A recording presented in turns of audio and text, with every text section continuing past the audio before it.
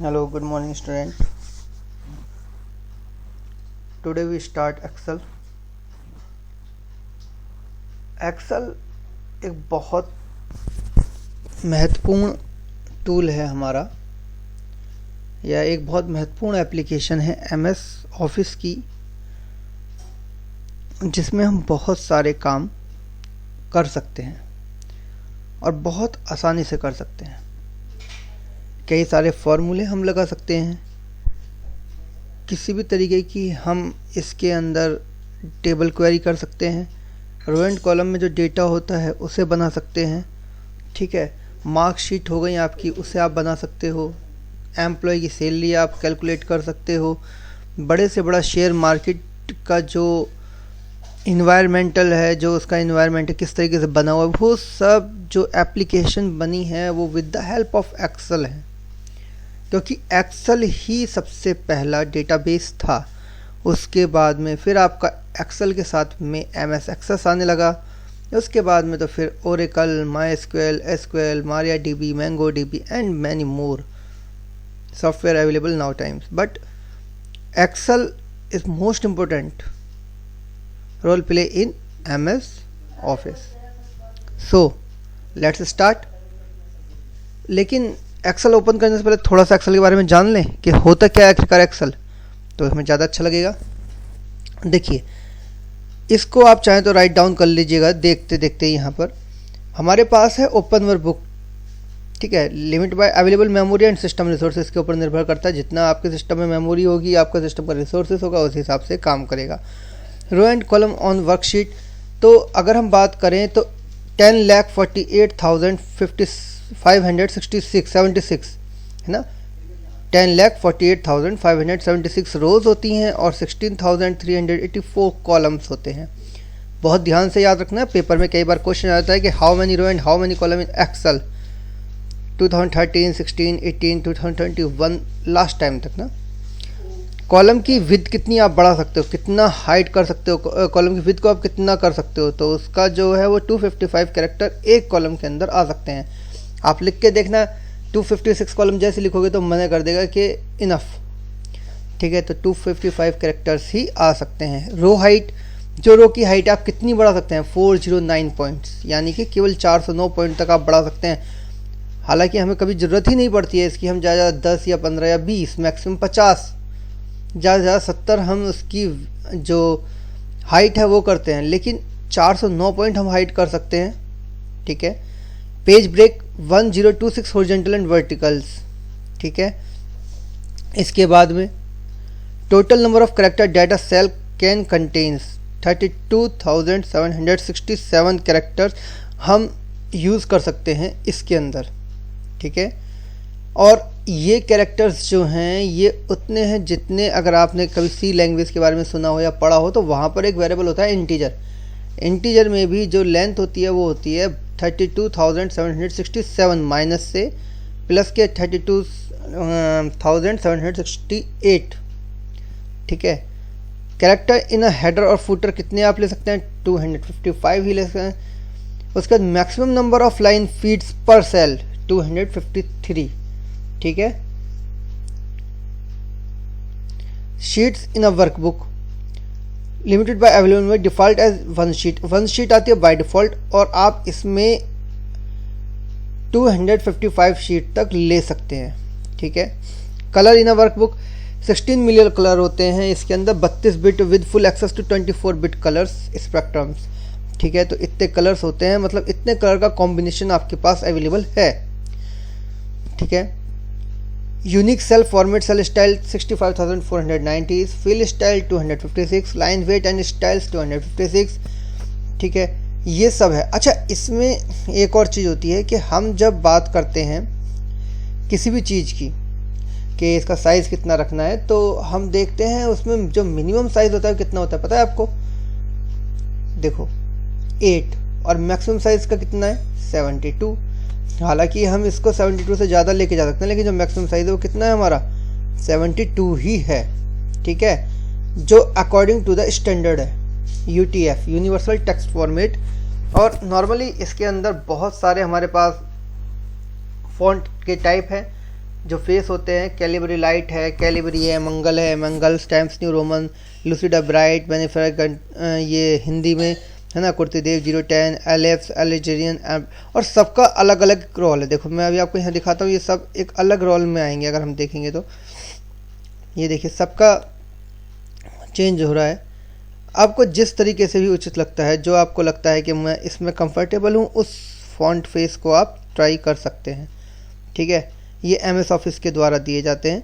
इनमें एक दो ऐसे होते हैं जो नहीं होते हैं, तो फिर उसको हम डाउनलोड करते हैं और फिर उसको यूज़ करते हैं। Times new Roman universal text format है, जो ऑल ओवर इंडिया चलता है, ऑल ओवर वर्ल्ड चलता है। ठीक है, कहीं पर भी आपको इसमें कंप्रोमाइज़ नहीं मिलेगा, टाइम्स न्यू रोमन ही चलता है। ठीक है, ये तो हो गया हमारा इसका MS एक्सेल का ओवरव्यू। ठीक है, हालांकि इसमें और भी बहुत सारी चीज़ें हैं, मैं इसका लिंक आपको सेंड कर दूंगा, आप इस लिंक को भी फाइंड आउट कर लीजिएगा क्या क्या इसमें लिखा हुआ है। बहुत अच्छी चीज़ें हैं इसके अंदर। ठीक है, मैं सीधे अपने प्रोग्राम पर आता हूँ। ठीक, इसको कर देते हैं यहाँ से बंद। अब हम चलते हैं, एक्सेल ओपन करते हैं एक, क्योंकि हमारा काम ही एक्सेल का इस टाइम। अब मैंने एक्सेल ओपन कर दिया है।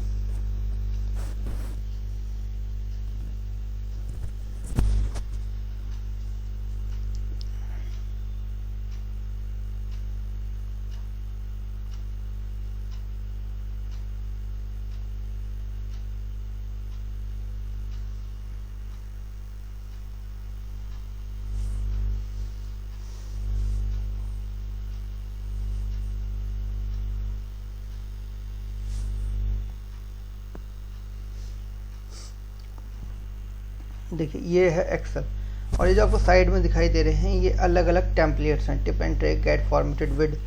ठीक है, और जो भी आपको टेम्पलेट अगर चुनना है तो आप यहाँ से ले सकते हो, और अपना अगर आप बना रहे हैं तो क्रिएट टेबल करना पड़ेगा। ठीक है, मैं यहाँ से क्रिएट टेबल ले लेता हूँ, और इसमें बहुत सारे हैं, चार्ट्स के रूप में भी हैं, कैलेंडर के रूप में भी, जैसे आप चाहोगे वैसे आपको मिल जाएंगे। ठीक, बट हम लेते हैं सिर्फ और सिर्फ ब्लैंक वर्क बुक, क्योंकि हमारा काम तो इससे चल जाएगा। देखिए अब इसमें सबसे पहले आता है ऑप्शन आपका फाइल में आता है इन्फो, न्यू, ओपन। न्यू का मतलब आपको पता है, न्यू डॉक्यूमेंट के लिए लेते हैं हम। ओपन जो है ओपन करने के लिए। अब यहाँ पर ये कुछ शीट तो मेरी खुली हुई है, नहीं होती तो मैं कंप्यूटर के द्वारा ले सकता था। कंप्यूटर में अगर मैं क्लिक करता हूँ, मतलब जो मेरे कंप्यूटर का मेमोरी स्पेस है वहाँ से मैं कोई फाइल को ओपन कर रहा हूँ। वन ड्राइव के द्वारा करना है तो वन ड्राइव के द्वारा। रिसेंट वर्कबुक जो आप लास्ट टाइम काम कर रहे थे उनको आप कॉल कर सकते हो। ऐड अ प्लेस कहीं और से उठानी है फाइल आपको, तो आप वहाँ से रिट्रीव कर सकते हो। सेव एंड सेव एज, दो चीज़ें हैं। ठीक है, मैं इन दोनों का अंतर भी आपको बताऊंगा। सेव का मतलब होता है आप किसी पुरानी फाइल के अंदर कुछ डेटा को एडिट किया, चेंज किया, डिलीट किया, अपडेट, मॉडिफाई किया, मतलब तो वो सेव कहलाता है। सेव एज का मतलब होता है आप किसी पहले फाइल को नाम दे रहे हैं, न्यू फाइल है उसको नया नाम दे रहे हैं, कोई पुरानी फाइल है उसको भी न्यू नेम दे रहे हैं, तो उसके लिए आप क्या करते हैं, सेव एज करते हैं। इसकी शॉर्टकट कमांड होती है Ctrl+Shift+S। प्रिंट करने का काम आता है। शेयर करना है आपको, शेयर कर सकते हैं। एक्सपोर्ट करनी है कुछ, एक्सपोर्ट कर सकते हैं। क्लोज करना है तो यहाँ से क्लोज हो सकता है। ठीक है, ऑप्शन में जाते हैं। ऑप्शन में यहाँ बहुत सारी चीज़ें आती हैं। देखो कुछ चीज़ें ऐसी होती हैं जो एक्सेल हमें सब कुछ देता है, मगर अकॉर्डिंग टू यूज़र नीड होता है।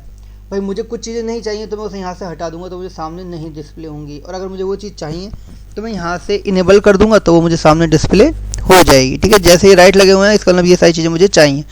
इसके अंदर जर्नल होता है, फॉर्मूला होता है, प्रूफिंग होता है, सेव होता है, लैंग्वेज होता है, एडवांस होता है, कस्टमाइज रिबन होता है, एड इंस होता है। ठीक है, अब ये एड इंस क्या होता है? एड इंस का मतलब होता है कि अगर कोई ऐसी फॉर्मूला है जो आप नहीं यूज़ कर पा रहे हैं और वो होता है एक्सेल के अंदर, तो आप यहाँ से उसको रिकॉल किया जा सकता है। ठीक है, ये हमारे हो गए एक्सेल के ऑप्शंस। अब हम आते हैं प्रोग्राम्स पर। देखिए सबसे पहले हमारे पास, मैंने आपको बताया था बाय डिफ़ॉल्ट एक शीट होती है, इसके बाद हम आगे से आगे बढ़ाए जा सकते हैं शीट को। ये जो आपको सामने दिखाई दे रहा है, ये इस तरीके जो मैंने एक सेलेक्ट करी है रो, ये पूरी क्या कहलाएगी, मेरी रो कहलाएगी। क्या कहलाएगी? ये रो। और अब जो मैंने सेलेक्ट किया है ये मेरे क्या है, ये मेरे है कॉलम। ठीक है, ये मेरे कॉलम है और वो मेरी रो थी। ठीक है, ये रो एंड ये कॉलम। ठीक है, मैंने ये आपको बताया था कितनी होती हैं। ठीक है, 10,48,567 तो आपकी रो हो गई, और 65,256 आपकी क्या हो गई, कॉलम हो गई। तो इस तरीके से आप अपने रो एंड कॉलम्स को कॉल कर सकते हैं। इसके बाद इसके अंदर आता है आपका पेस्ट, कट, कॉपी। ठीक है, ये होम टैब है, इंसर्ट टैब है, पेज लेआउट टैब है, फॉर्मूला है, डेटा है, रिव्यू है एंड व्यू है। हमें क्या चीज़ देखनी है, हमें क्या चीज़ करनी है, उसके लिए हम इसको लेकर चलते हैं। ठीक है, देखो अगर हमें सेल में मैंने कुछ लिखा, कुछ भी लिख दिया, ठीक है, लिख दिया। अब अगर मुझे इसको चेंज करना है तो या तो ये पूरा डेटा चला जाएगा। मुझे करना था, मैंने इसके अंदर लिखा था अमित, मुझे पता चला कि इसमें तो मुझे करना था अनिल। तो अब अगर मैं सिर्फ इसे डिलीट करूँगा बैक स्पेस से तो पूरा डिलीट हो जाएगा।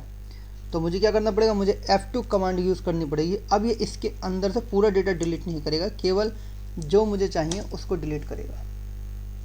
ठीक है, मैंने कौन सी शॉर्टकट कमांड बताई थी अभी आपको, F2। ठीक है, ये शॉर्टकट कमांड थी F2। अब मैं वापस होम पर जाता हूँ। ये देखो आ गया वही सारे फॉन्ट साइज़। मैंने आपको बताया था यूनिवर्सल टेक्स्ट फॉर्मेट होता है, टाइम्स न्यू रोमन में कंट्रोल A करता हूँ और कंट्रोल A से सेलेक्ट हो जाता है सब। मैं कहता हूँ मैं जहाँ भी काम करूँगा उसमें टाइम्स न्यू रोमन ही आना चाहिए, उसके अलावा कुछ नहीं। ठीक है, फॉन्ट साइज़ हमें पता होता है, अपनी देखो थीम होती है सभी की। मेरे पास एक थीम है कि भाई मुझे इस थीम के अनुसार काम करना है, तो मैंने अपनी थीम को चुन लिया कि मेरी थीम जो है 14 की होनी चाहिए। तो मैं इसका जो फॉन्ट साइज़ है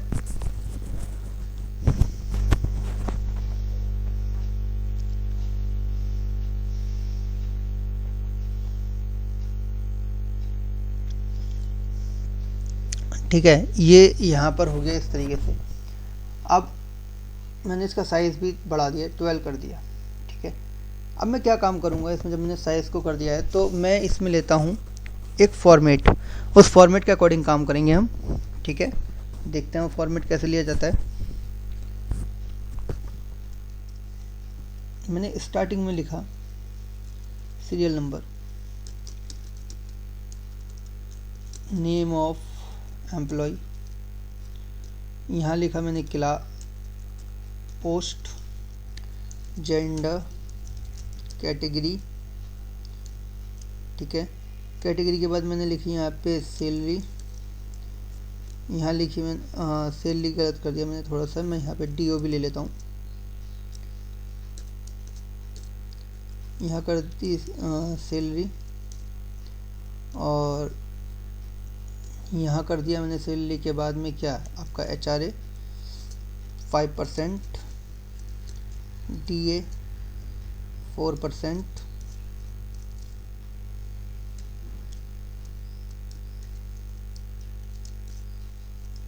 TA 6%, इसके अलावा LIC।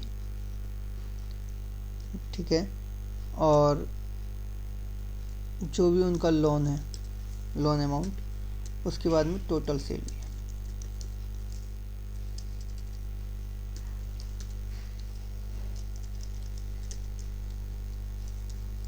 ठीक है, उसके बाद में क्या आ गया, टोटल सैलरी आ गया। और सबसे बढ़िया बात ये होती है कि इसके बीच में हम ये लगा देते हैं अंडरस्कोर। ठीक है, अब हमने एक चीज़ देखी कि हमें ये लग रहा है कि हमें जिस तरीके से चाहिए था वो उस तरीके से नहीं आ रही है ना, सबके हमें ये करना पड़ रहा है तो समझ नहीं आ रहा किस तरीके से हो रहा है। ठीक है, तो इसका भी मैं बाद में बताऊंगा कि हम किस तरीके से इस प्रोसेस को फॉलो कर सकते हैं। ठीक है, लेकिन फ़िलहाल अभी हम आगे कंटिन्यू करते हैं। मैंने अब इसमें लिखा सीरियल नंबर 1। मैंने कहा मेरे पास 2000 एम्प्लॉई हैं। अब मैं क्या करूं, मेरे पास एक तरीका ये है कि मैं इसको ऐसे नीचे ड्रैग करता हुआ ले जाऊं। तो 2000 ड्रैग करने में तो मुझे बहुत टाइम लग जाएगा। तो मैं क्या कर सकता हूं, फिर कैसे आएंगे वो 2000 नंबर जो मैं लिखना चाहता हूं। तो इसके लिए हम एक काम करेंगे, अपना ड्राइव पर जाएंगे। यहाँ जब हम यहाँ ड्राइव पर जाएंगे तो यहाँ जाने के बाद यहाँ मेल पे गए, मेल पे जाने के बाद यहाँ ये 9 ऐप्स आते हैं, गूगल ऐप्स, इस पर क्लिक किया, यहाँ पे ड्राइव आता है। आप ड्राइव को ओपन कर लेंगे तो इस तरह ड्राइव खुलकर आ जाएगी आपके सामने। यहाँ गए न्यू पर, न्यू पे जाने के बाद आपको फाइल अपलोड मिलेगा, फोल्डर अपलोड मिलेगा, गूगल डॉक मिलेगा, गूगल शीट मिलेगा। ये जो गूगल शीट है ये हमारे एज लाइक वर्क करती है एक्सेल। तो मैं इसे ब्लैंक स्प्रेडशीट को ओपन कर देता हूँ। अब क्योंकि ये ऑनलाइन है तो यहाँ पर मुझे अपना काम मिल जाएगा। मैं यहाँ लिखूँगा एक फार्मूला इक्वल टू सीक्वेंस। देखिए अपने आप आ भी जाएगा ये।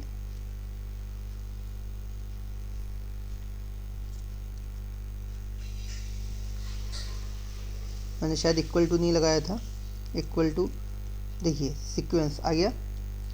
अब इसमें रेंज डाल दो, आपको कहाँ तक की वैल्यू लेनी है। मैंने कहा मुझे 2000 तक की वैल्यू लेनी है। आ गई 2000 वैल्यू। मैं कंट्रोल सी किया, कॉपी, और यहाँ जाके मैंने कर दिया पेस्ट। 2000 वैल्यू आ गई। अब आ गई अपने आप, 2000 तक वैल्यू पहुँच चुकी है मेरी। अगर मैं देखूँ तो मुझे ड्रैग एंड ड्रॉप नहीं करना पड़ा। अब नेम ऑफ एम्प्लॉय ले लेते हैं। फॉर्मूला समझ में आ गया ना आपको कि मैंने क्या फॉर्मूला लगाया है। अब मैं यहाँ पे लेता हूँ,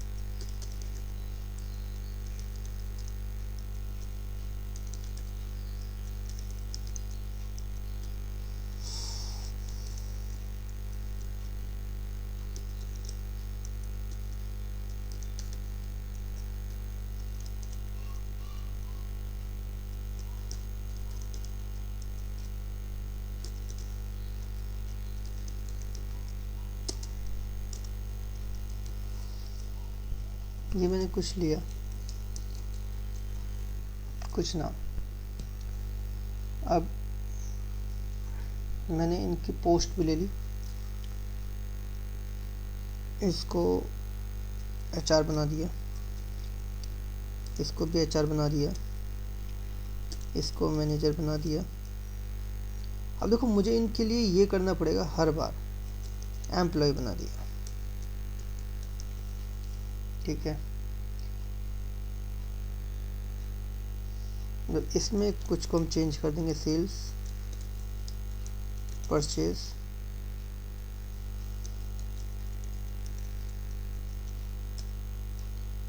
ठीक है।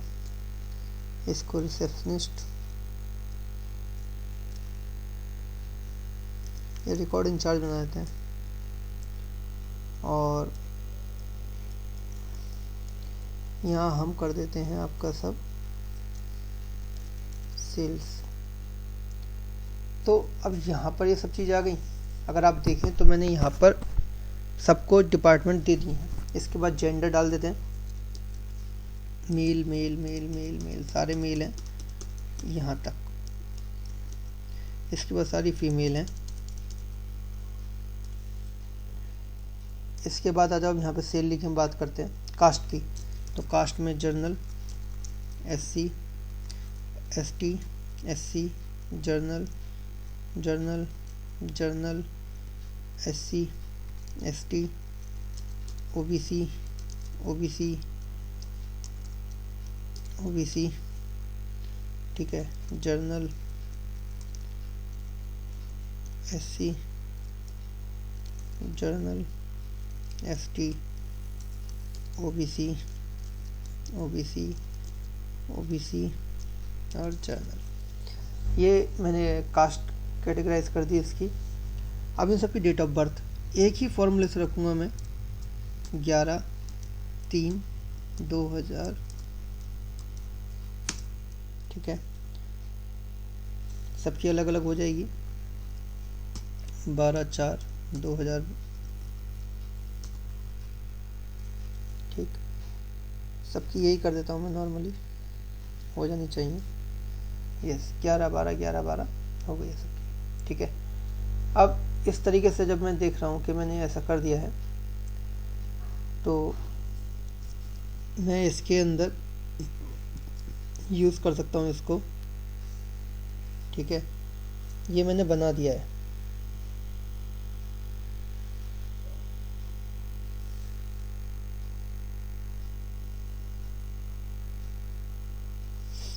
ठीक है।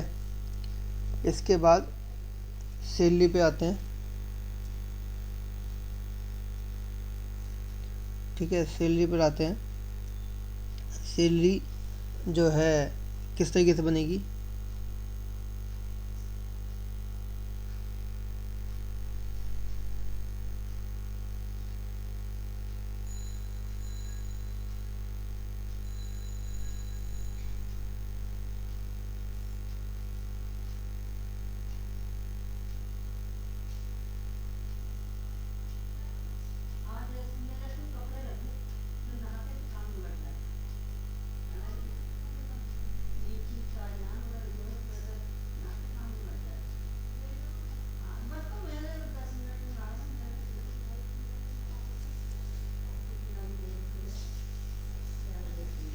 तो सैलरी लेते हैं 50-60 हज़ार।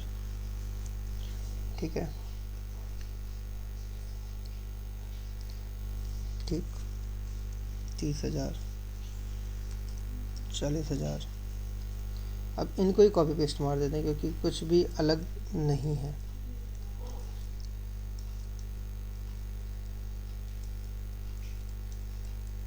ठीक है, ये हो गया।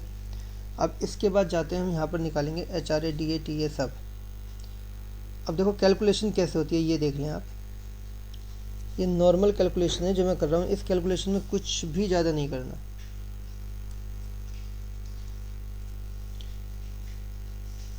जिस सेल में हम गए उस सेल को लेना है। सैलरी को ही हम कैलकुलेट करेंगे तभी तो HRA निकलेगा। सैलरी का जो सेल एड्रेस है वो क्या है हमारा, G2। देखिए G कॉलम है और 2 रो है, तो इसका जो एड्रेस होगा वो G2 होगा। अब ये सेल है, सेल के अंदर जो वैल्यू है वो किस एड्रेस पर पड़ी हुई है उस एड्रेस को फाइंड आउट करना होता है। और हम एड्रेस के द्वारा ही काम करते हैं क्योंकि वैल्यू चेंज हो सकती है, एड्रेस चेंज नहीं होगा। G2 हमारी ये सेल एड्रेस है।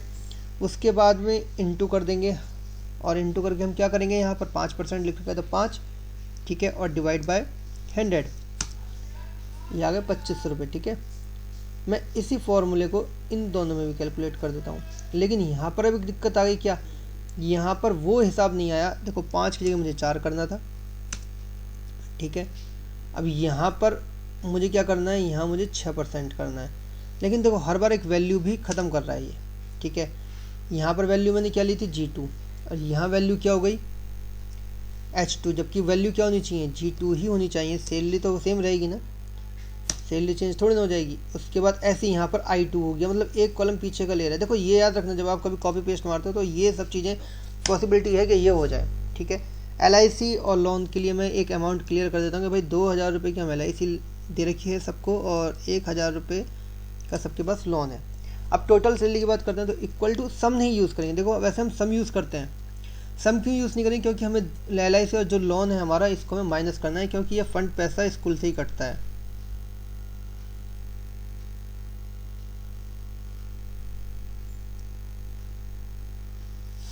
ठीक है बच्चों,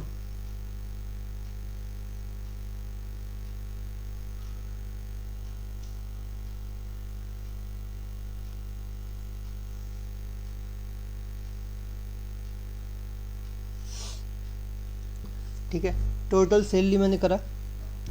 अब टोटल सैलरी में मुझे क्या करना पड़ेगा, अब मैंने कोई फार्मूला नहीं यहाँ पे यूज़ किया है। मैं क्या कर रहा हूँ, मैं कह रहा हूँ भाई मेरी सैलरी है, ठीक है, G2 plus H2 plus I2, अब इसके बाद में प्लस J2।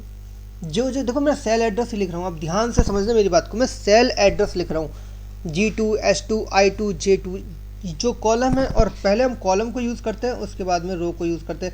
ऐसा नहीं है कि हम रो को पहले यूज़ कर लेंगे और कॉलम को बाद में यूज़ करेंगे, ऐसा नहीं होता है कभी भी। ठीक है, मैं जैसे आपको बता रहा हूँ, ठीक है, इस तरीके से मैंने ये काम करा। अब इसके बाद में मैं माइनस करता हूँ K2 को, क्योंकि LIC माइनस करूँगा मैं, और मैं माइनस करता हूँ यहाँ से फिर L2 को, माइनस हो गया। अब मैं एंटर मार दूँगा तो आंसर आ गया 54,500। ठीक है, अब मैं इसको यहाँ से क्लिक करता हूँ। देखिए बहुत ध्यान से देखिए, अब जो मैं काम कर रहा हूँ इसे क्या कहेंगे हम, सेल में 3 प्रकार के एड्रेस होते हैं और एक होता है आपका मिक्स सेल, एक होता है रेफरेंस सेल और एक होता है आपका एब्सोल्यूट। ठीक है, ये रेफरेंस है।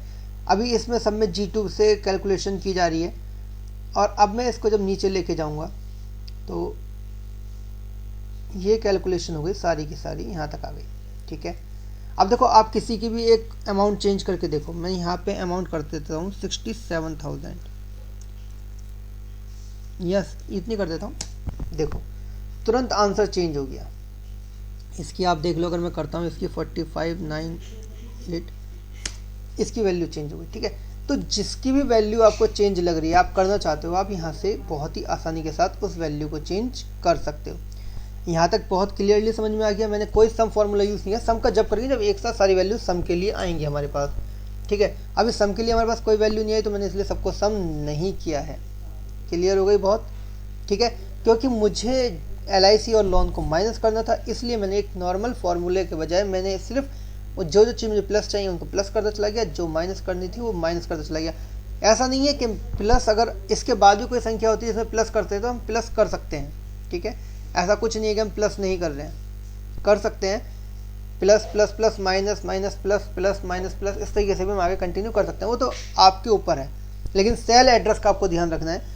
सबसे पहले हम क्या यूज़ करते हैं, कॉलम यूज़ करते हैं, G1 G2 G3 G4 G5, उसके बाद में रो यूज़ करते हैं। ये सेल का एड्रेस होता है और सेल का एड्रेस सबसे ज़्यादा ज़रूरी होता है किसी भी काम को करने के लिए। ठीक है, बहुत ध्यान से समझ लेना इस बात को। देखो अब मैंने आपके सामने ये 40,000 रुपये हैं, मैंने इसको 40,000 को मैंने कर दिया 33,456। ठीक है, अब मैंने सेल एड्रेस चेंज नहीं किया है, सेल के अंदर वैल्यू चेंज करी है। और कौन सी वैल्यू चेंज हुई है, G9, G और 9, ये वैल्यू यहाँ पर चेंज हुई है। ठीक है, और देखो यहाँ पे फॉर्मूला क्या रहा है, G9 H9 I9 J9। अब ये ऊपर से नीचे तक ड्रैग हुआ है। इसका मतलब क्या है, इसका मतलब ये है कि आपने जो ये फॉर्मूला लिया है ये रेफरेंस फार्मूला है, पहले वाले सेल के एड्रेस से कंटिन्यू आए कर रहा है, उसका रेफरेंस ले रहा है कि अच्छा इसका आंसर ऐसे आया तो फिर इसका आंसर ऐसा आएगा, इसका आंसर ऐसा आएगा। This is called the reference cell. क्या कहते हैं इसे हम, रेफरेंस सेल। बहुत ध्यान से समझ लेना, रेफरेंस सेल। ठीक है, चलिए ये हमारे एक हमने बनाना था, हमने प्रोजेक्ट बना दिया इसको। अब इसके अंदर हम इसको कलरिंग कर लेते हैं और मैं इसमें बैकग्राउंड इसका कर देता हूँ ऐसा, फॉन्ट कलर कर देता हूँ ऐसा, इसका थोड़ा साइज़ भी बढ़ा देता हूँ। लेकिन अब मुझे ये नहीं पता कि मेरी कंपनी का नाम क्या है जिसके लिए मैं इसे बना रहा हूँ। अब मुझे क्या करना पड़ेगा, मुझे एक कॉलम को इंसर्ट करना पड़ेगा। तो मैं इंसर्ट कर देता हूँ। देखो ऊपर से अगर देखो यहाँ पर मैंने रो सेलेक्ट करी है। ठीक है, राइट कॉलम इंसर्ट करना है, लेफ्ट कॉलम इंसर्ट करना है, तो यहाँ से आएगा, वो पूछेगा कर दिया इंसर्ट ऊपर। ठीक है, रो को तो हमने रो इंसर्ट कर दी। अब इस रो के ऊपर हमने ये सब तो एक कॉलम में नहीं आएगा। ठीक है, मैं लिखूंगा कुछ तो एक एक कॉलम में आएगा ना, और मुझे इन सब कॉलम को मर्ज करना है। तो बच्चे इसके लिए मर्ज के लिए देखो हमारे सामने दिखाई दे रहा है मर्ज एंड सेंटर। अब कुछ कहेंगे कि इसकी शॉर्टकट कमांड भी होती है, पर शॉर्टकट कमांड में जानबूझ के नहीं बता रहा हूँ, क्योंकि शॉर्टकट कमांड बताने से क्या होगा, जब तक हमें ये नहीं पता होगा कि बेसिक हमें करना क्या है, किस तरीके से हमें शुरू करना है, तो हम कमांड करके भी क्या करेंगे बताइए आप। शॉर्टकट तो हम जब चलाएंगे जब हमें पता हो कि लॉन्ग कट पर हम कैसे चलेंगे, लॉन्ग रूट पर हम कैसे जाएंगे। जब हमें लॉन्ग रूट का ही नहीं पता तो हम शॉर्ट रूट कैसे फाइंड आउट करेंगे। तो सबसे पहले आज हम लॉन्ग रूट कर लेते हैं, उसके बाद में मैं कल या परसों की क्लास में आपको इसकी शॉर्टकट की भी आपको बता दूंगा। ठीक है, तो मैंने यहाँ पर लिखा,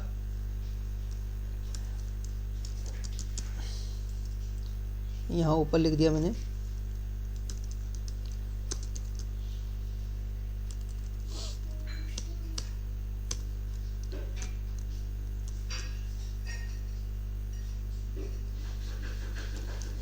aksim.com। ठीक है, तो एक कंपनी का नाम बन गया ये। ठीक, यहाँ पर मैंने कर दिया। इसको भी मैं एक कलर कर देता हूँ और वही सेम कलर रखूँगा, इसका भी फॉन्ट भी इसका थोड़ा सा बड़ा कर देता हूँ। ठीक है, ये हो गया। अब हम देखें तो यहाँ पर सब चीज़ हमें दिखाई दे रही है, लेकिन ये सैलरी बाहर जा रही है, साइज़ बड़ा करते हुए सैलरी नहीं आ रही है, जेंडर आधा आ रहा है। तो मैं एक काम कर सकता हूँ, इसको एक तरीका तो ये है कि मैं इनके साइज़ को थोड़ा छोटा कर दूँ। अब सब सही आ रहा है, ठीक है ना। या तो मैं इसके साइज़ को छोटा कर दूँ, और अगर मैं छोटा नहीं कर पा रहा हूँ इसके साइज़ को ऐसे, तो मैं एक काम करूँगा, यहाँ पे आता है रैप टेक्स्ट। रैप टेक्स्ट का मतलब होता है एक ही कॉलम के अंदर वैल्यू को ले लेना। ये देखिए इसने अब वैल्यू को क्या करा, उसी कॉलम के अंदर ले लिया जहाँ पर उसे चाहिए थी। अभी टोटल सेल लिया, मैं इसको अगर छोटा कर दूंगा तो ऐसे आ जाएगा। ठीक है, नॉर्मली ये काम हम जब करते हैं जब हमको प्रिंट चाहिए होता है। ठीक, कब करते हैं, जब हमको प्रिंट चाहिए होता है। अब इसमें अगर हम इसका प्रिंट देखेंगे, फाइल में जाकर प्रिंट करते हैं तो इसमें रो एंड कॉलम तो दिखा नहीं रहा, जबकि ये तो पूरा रो एंड कॉलम के हिसाब से है।